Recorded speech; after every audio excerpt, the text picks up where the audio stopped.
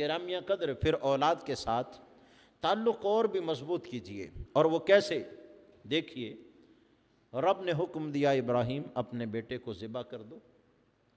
اب بتائیے، رب کے حکم کے بعد کسی سے مشورہ کرنے کی ضرورت ہوتی ہے؟ ہم یعنی دیندار لوگ یہ سمجھتے ہیں ماں باپ کوئی بات کہہ دینا، ہم کسی اور سے مشورہ بھی نہیں کرتے، کہتے ہیں ماں باپ نے کہا ہے یقیناً درست ہے، اس کو کر گزرو، اور یقیناً اللہ اس میں برکت پیدا کر دیتا ہے۔ ظاہراً درست نہ بھی لگتا ہو، اس کی عمر کا تجربہ ہوتا ہے، اور ماں باپ کی خلوص کی برکت ہوتی ہے کہ ان کی بات ماننے میں کبھی نقصان نہیں ہوا۔ وہ اولادیں جو سوچ سوچ کے ہر کام کرتی ہیں، ان کی نسبت وہ اولادیں جو ماں باپ کی اطاعت میں لگی رہتی ہیں، ماں باپ کی اطاعت میں لگے رہنے والی اولاد جیسی سکھ پانے والی کسی کی اولاد نہیں ہو سکتی۔ ظاہر میں وہ کام مشکل بھی لگتا ہو، لیکن ان کی عمر کا تجربہ، ان کی گزری ہوئی زندگی کے سبق اور ان کی پرخلوص دعائیں اور نیک تمنائیں جب شریک ہوتی ہیں تو نتیجے مختلف ہو جاتے ہیں۔ اور گرامیہ قدر جسے رب کہہ رہا ہو بیٹے کو ذبح کرو، اور ہو بھی خلیل اللہ، یعنی اللہ کا دوست ہو جو تن من دن اولاد اور جان اور وطن سب کچھ رب پر قربان کر دے، اسے خلیل کہتے ہیں، خلیل اللہ ہو۔ لیکن اس کے باوجود تعلیم دی، تربیت دی کہ اپنی اولاد کو مشوروں میں شامل کرو۔ آج ہم بھی اس کا احساس پیدا کریں۔ ہر وقت اولاد کو آرڈر دیتے رہنا، حکم دیتے رہنا، یہ کرو یہ کرو یہ کرو، بسا اوقات اولاد نفرت کا شکار بھی ہو جاتی ہے۔ کبھی گھر کے معاملات میں انہیں شریک کر کے ان سے مشورہ کریں اور ان کے مشورے کو اہمیت دیں۔ رشتہ لینا دینا ہو، کوئی کاروبار کرنا چھوڑنا ہو، کسی کے ساتھ تعلق بنانا ترک کرنا ہو، اولاد کو جمع کریں، انہیں پوچھیں میرے بیٹوں میری بیٹیوں میری اولاد بتاؤ اس معاملے میں مشکل ہے، ہم کیسے نکلیں؟ اس سے اولاد کے ساتھ دوستانہ پیدا ہوتا ہے، تعلق میں مضبوطی پیدا ہوتی ہے، ان کے دل میں احساس بیدار ہوتا ہے کہ باپ ہمیں حیثیت دیتا ہے اور باپ ہمیں اس قابل سمجھتا ہے، اور پھر وہ مشورے میں آہستہ آہستہ پختہ ہو جاتے ہیں، سوچتے رہتے ہیں ابو جی نے اب یہ مشورہ مانگا کیا کریں؟ انہوں نے خود پوچھا بتاؤ بیٹا فلاں جگہ تمہارا رشتہ کریں نہ کریں؟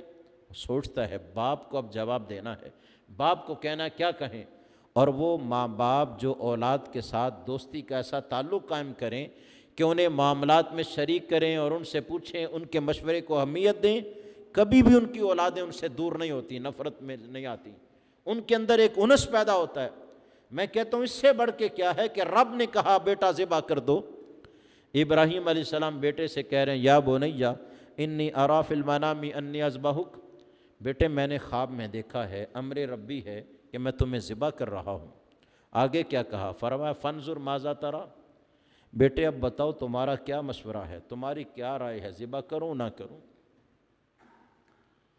اب یہاں بات بڑی مشکل میں آ جاتی ہے کہ بیٹا تو کچھ بھی جواب دے سکتا تھا، لیکن یہ لوگوں کی رائے ہے۔ ابراہیم علیہ السلام کو پتہ تھا کہ میرا لخت جگر ہے، اگر میں خلیل اللہ ہوں تو یہ بھی ذبیح اللہ بنے گا۔ پتہ تھا کہ بیٹے کو حلال کھلایا ہے، پتہ تھا کہ اس کی غذا کس خون سے اور کس دودھ سے ہے۔ کہا بیٹے بتاؤ کیا کریں، تمہیں ذبح کروں نہ کروں؟ چھری ہاتھ میں ہے، تیاری ہے، پہاڑ پہ پہنچ گئے ہیں، لٹانے والے ہیں۔ کہا بیٹا بولو ذبح کر دوں؟ اب ہوا کیا؟ اگر نہ پوچھتے آنن فان یک بارگی بیٹے کو ذبح کر دیتے تو ابراہیم علیہ السلام تو خلیل اللہ بن جاتے، لیکن بیٹا تو ذبیح اللہ کے درجے پر فائز نہ ہوتا۔ جب بیٹے سے کہنا بیٹا تم مشورہ دو کیا کریں، تو اس نے کہا یا ابت افعل ما تؤمر، ابا جی ابھی تو ذبح کرنے کا حکم ملا ہے، اگر بعد میں کوئی اور بھی حکم مل جائے تو میری عرض یہ ہے اس پر بھی عمل کر دیجئے گا۔ یعنی ذبح کے بعد رب کہہ دے اس کی کھال اتارو تو ابا جی میرا ارادہ اس میں بھی شریک سمجھیے گا۔ اب ہوا کیا؟ بیٹے سے مشورہ کیا کہ رب کہہ رہا ہے اب تم بتاؤ کر دوں؟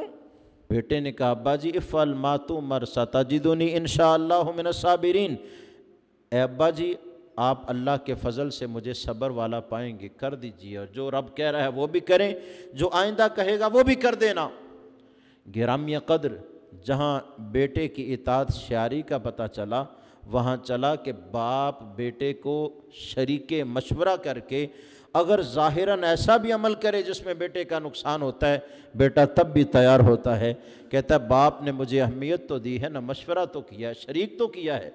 اور وہ ماں باپ جو ہمیشہ اپنے آرڈر پر ہی اولاد کو لگائے رکھتے ہیں، نفرت ان کے اندر پیدا کر دیتے ہیں اور ان کے ساتھ دوستی نہ کر کے اوروں کی دوستی کے رحم و کرم پر انہیں چھوڑ دیتے ہیں۔ تو ابراہیم علیہ السلام نے بتایا کہ اولاد سے اتنی دوستی قائم کرو کہ اللہ کے احکامات میں ان کے ساتھ مشاورت کرو اور انہیں مائل کرو اس طرف کہ وہ اس کی اطاعت کے لیے تیار ہوں، اور اپنے کار خیر میں ان کے ساتھ مشورہ کرو اور انہیں شریک کرو خیر کے کاموں میں، تاکہ تمہارا تعلق ماں باپ کے ساتھ ایک دوستانے کا تعلق بھی ہو اور برے لوگوں کے دوستانے سے بچ کے وہ تمہارے ساتھ رہ کے اللہ کی حفاظت کے حصار میں آ جائیں۔